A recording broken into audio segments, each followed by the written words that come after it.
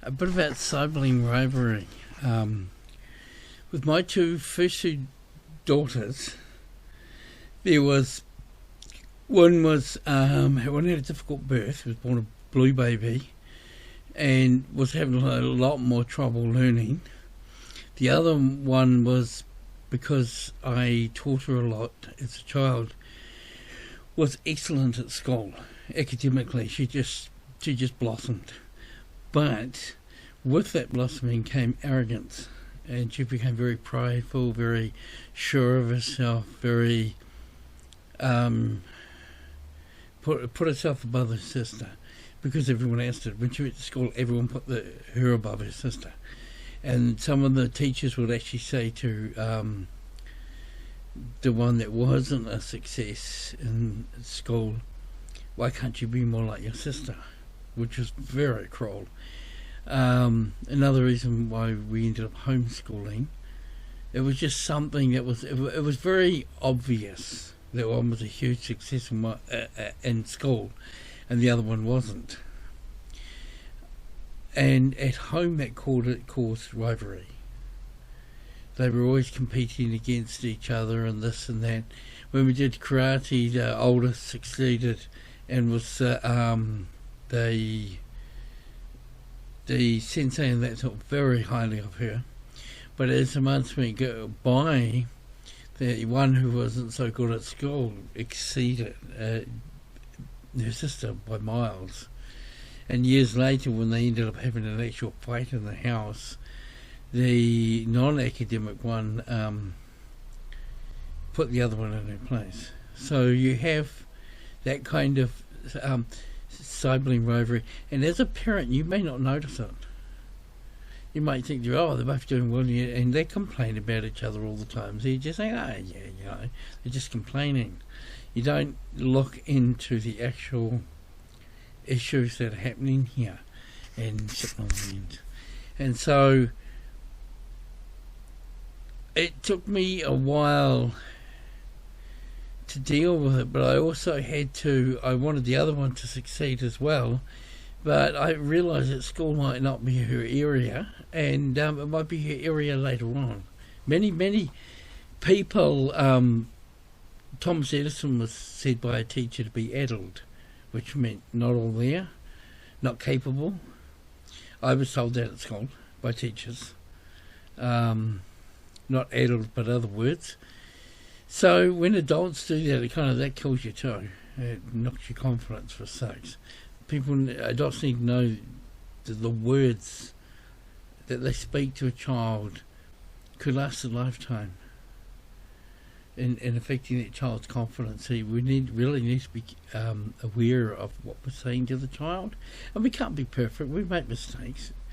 But as long as we let the child know that we make mistakes like the child, and that we punish ourselves like we do the child, then the child doesn't see it as so bad and getting corrected. In a narcissist home, what happens to my sisters and I was, I never discovered this till many years later. What my mother did was she pitted all the members of the family against each other. But we had no idea what was happening. None of us did. And an obvious sign of it, and with narcissism, was when Mum died. Only one member of the family cried, as far as I can remember, at the funeral. And the sister, the one that cried, was the one that was living with Mum at the time. She passed away.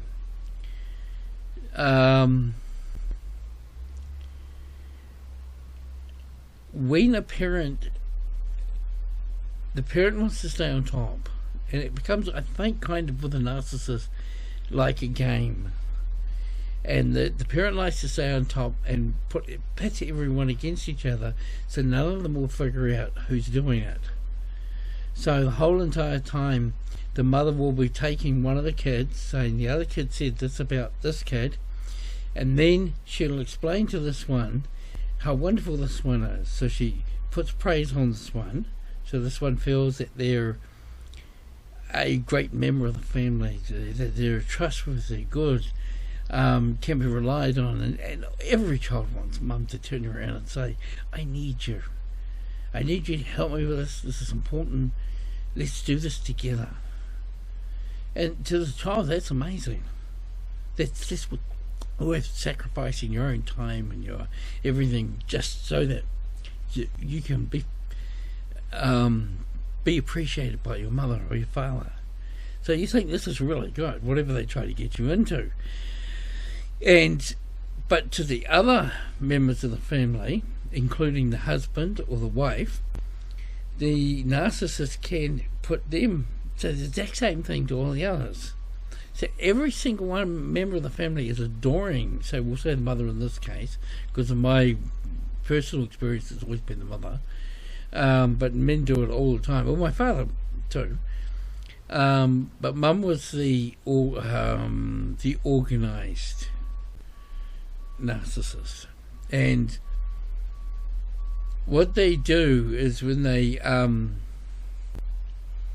all the members of the family look up to the narcissist because each member gets praise from the narcissist in a particular way. But they also get set against each other in a particular way. But unknowing to them, like the mother might say, this is our secret. Don't pass this on. I know you won't say anything to your sisters' brothers about this, but in one case, my mother was taking one of the whoever was the youngest, she was always her closest ally. So as she had children, the youngest one was always getting spoiled. Stella in the beginning was the oldest. For many years she was the spoiled, the chosen child, but then it became the youngest always. And the youngest one would be the mother would do special things with the youngest one, and she would take them shopping, and they would get, like she'd say, I'm taking this one to go shopping, and it's the youngest, and the other stayed at home, and then they'd get the groceries and then go and have a feed, a special feed, something, ice creams, cakes, biscuits, or when getting the groceries she'd get a bag of special treats that only the two of them knew about, bring it home, and then they'd go down to the bedroom and eat them, or when the others went out to play, the youngest one would stay home and eat them with the mother.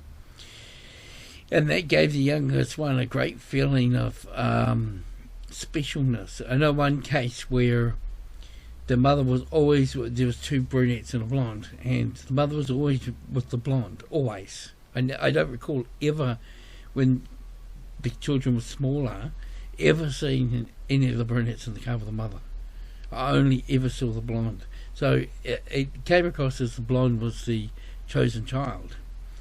But later on, the family went into criminal activities, and later on, so in particular the mother, later on the blonde one found God.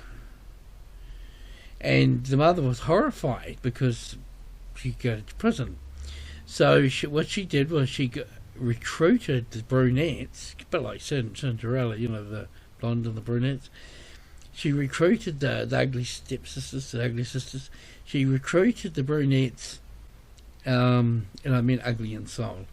She recruited the brunettes to manipulate, track, convert, and do things to the blonde one, so that the blonde one wouldn't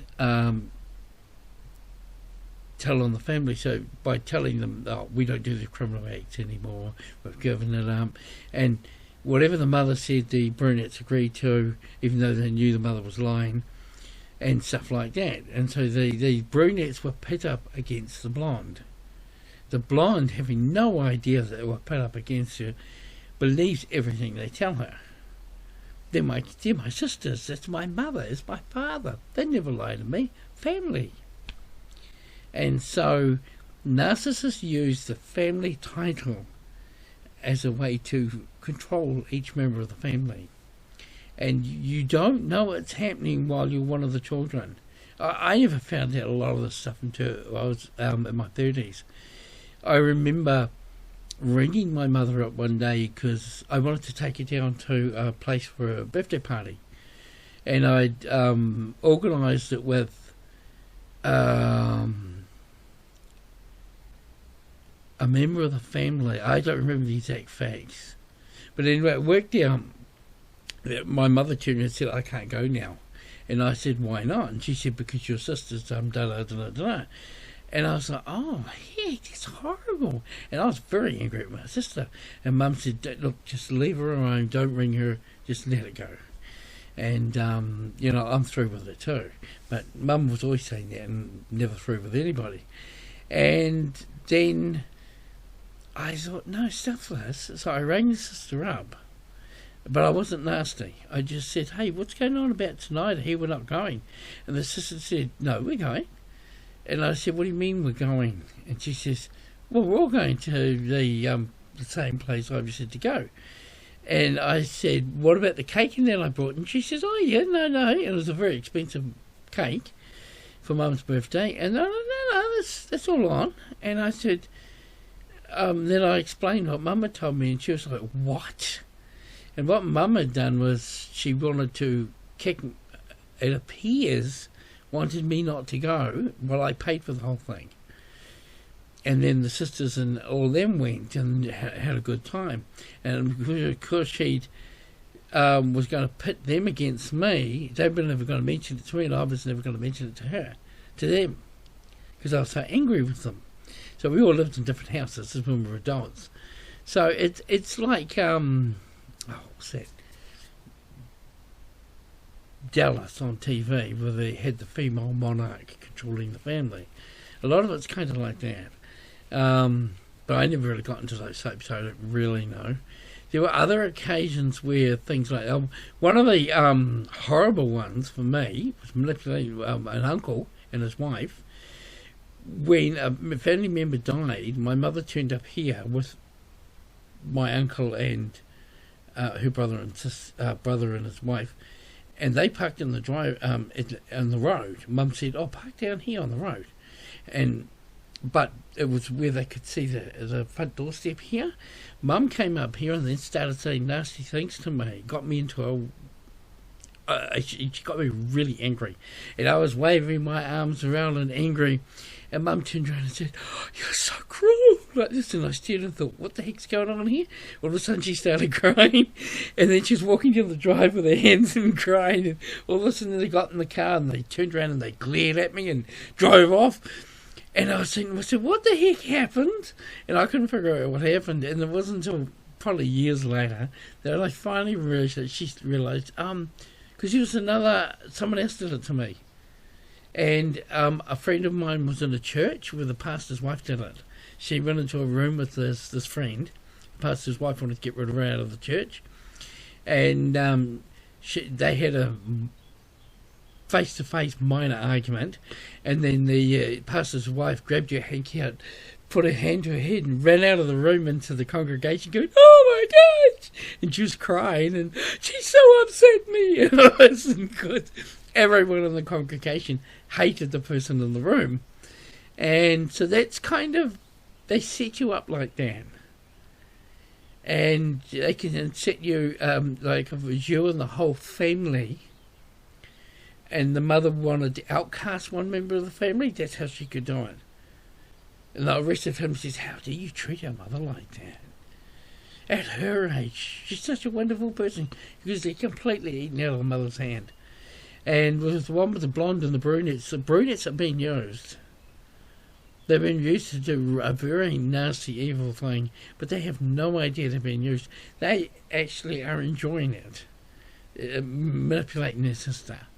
And that gives you an idea of narcissist parents, how they break up the family and there's disconnection. And what I mean by disconnection is you can go out with your brother or sisters and go to an event and really enjoy yourselves and have a good time, but there's no connection, no deep connection. There's no meaning. You can share experiences, share life and stuff, but the meaningful experience between you and them isn't there. I've got sisters where the connection's not there at all, and it never ever will be now, because the damage Mum's done going so far back to when we were really little, telling lies to each member of the family. It just got to the stage where mum's lies became our truth. And you finally realise it's never going to get better with those people. And you just have to move on without them, family or not. So, with sibling rivalry, if the narcissist parent can get the brothers and sisters to fight, and there keeps a separate line between them, you can still be close to a degree, but never close. And it keeps a line between them so that each one can be controlled, but also so that each one can be used to manipulate other members of the family to do something. And the most famous one with the mother is I'm Gonna Die. There's that one in Susan Ford's book where, if I remember correctly, the guy wanted to marry a woman. The mother was always interfering. And he decided to marry this woman. The mother didn't agree.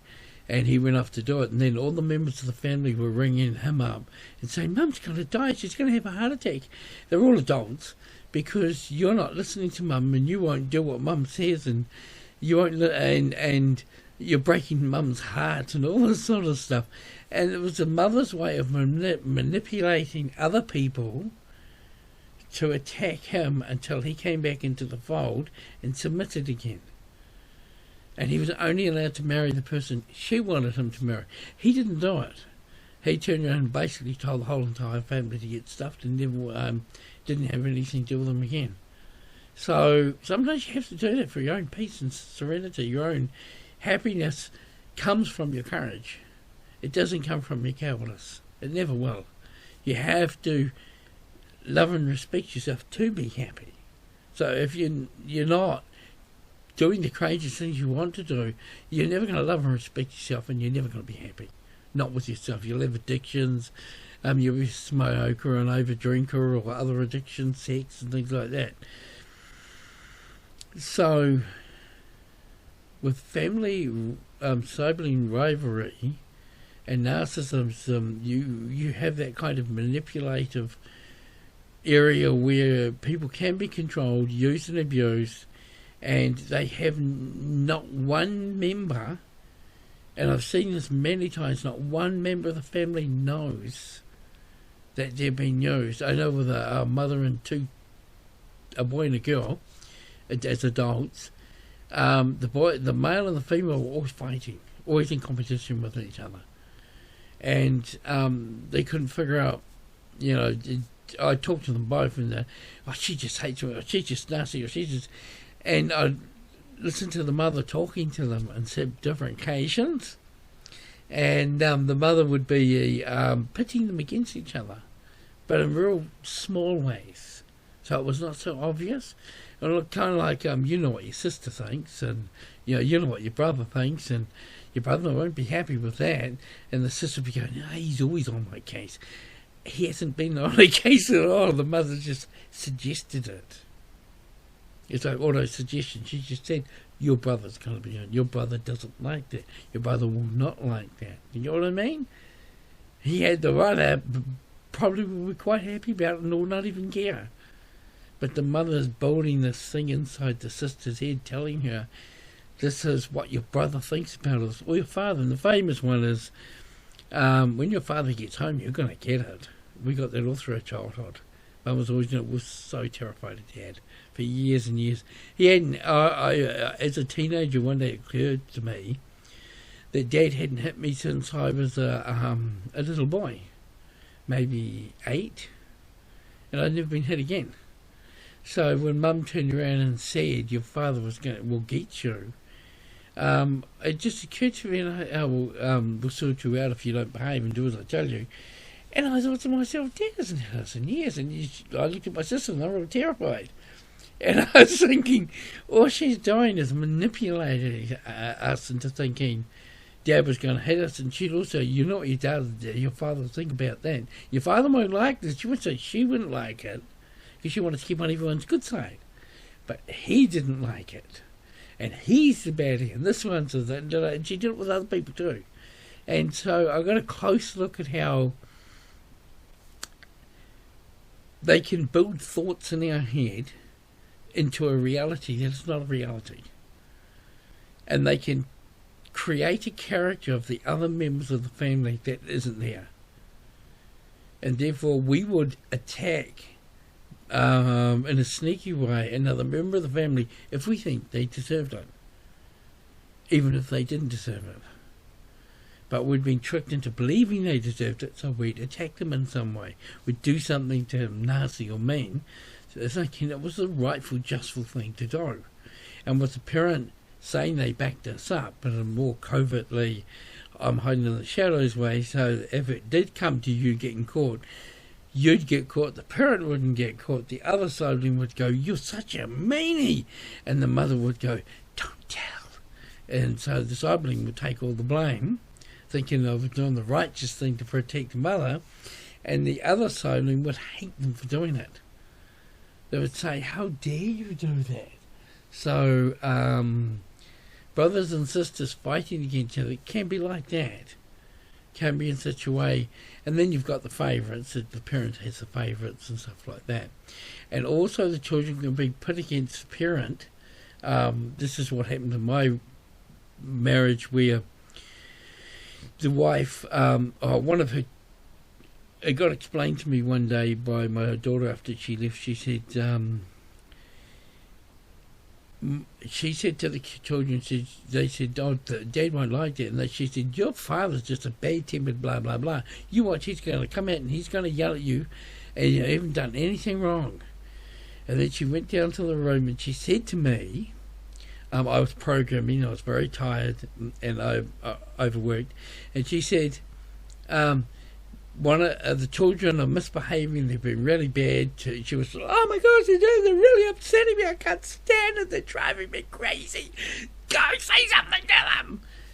And so I'd be in the middle of something, I'm trying to remember some computer algorithm or something in my head, and I'd come out here to do my fatherly duty, look at the kids and say, "Well, you kids are behaving, stop," at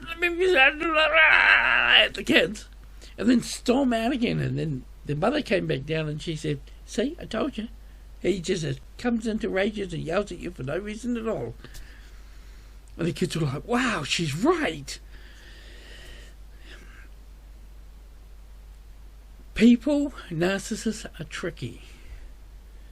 And if you're a single mum and a narcissist moves in with you, he can trick you into disliking one of your children, or both of them, or three of them, or four of them, and it creates a separation between you and the kids, even though your kids are not his. And he gets close to the kids and sexually abuses them when you're not there.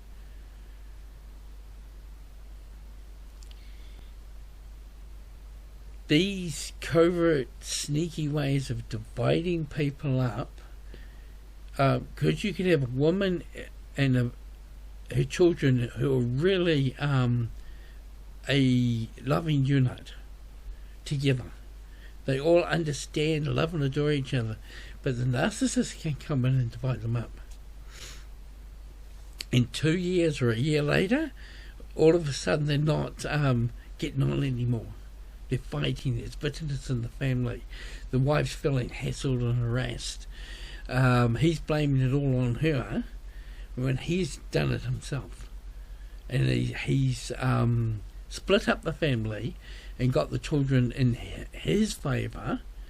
And if the mother turned around and said, "You have to leave, I don't like you anymore, get out of my house," and he'd look at the kids and go, "Oh, she's kicking me out," and they'd go, "No, Mum, don't kick him out, we love him." So you gotta be careful about all the different methods and the ways that manipulators trick people, and they pit members of the family against each other, so that in the end, the manipulator wins out, whereas the innocent parent doesn't. And it can be very frustrating when your children turn against you, and you think it's just because they suddenly don't like you, or you can doubt yourself. Except, well, the kids are liking him, and I'm trying to kick him out, and the kids think he's an angel. what am I doing wrong? It must be me that's bad. It must be... Now, all the logic, you know, and what you've experienced, you know you're not the bad person. You're not the bad guy. But their behaviour and the manipulators, narcissist behaviour can make you think like it. Another experience I had up north at a wedding was I was exhausted. I'd been working night shifts, 3 shifts. I was, what's that, like 14, 15 hours, and I had to go to this wedding, and I filmed the wedding, and it was about 2 days later, and I said, look, we have to go back to home to Tokoroa.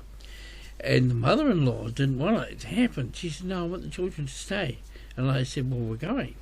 And she said, no, they can stay. You can go, leave the kids here. And I said, no way. I said, we'll take my kids home. And we were, so what she did was, she walked out. There were a bunch of fans. I was going to an event, and we were late going home. And she walked out and she gave lollies to the children. And she said, you do want to stay with Nana, don't you? And the children said, oh, yeah, because she hadn't actually given them the lollies. She was just saying, do you want the lollies? And, you know, acting like that. And the children said, yes, we want to stay. And in front of everyone, she said, well, out loud, she said, James, the children want to stay. Are they staying? And all the other people were in the other cars. And I said, no. And then the children said, oh, but Dad! And then all the people glared at me. And then the woman looked at me and she gave me this big smirk like, you have no choice now. They have to stay. And I just said, goodbye and drove off.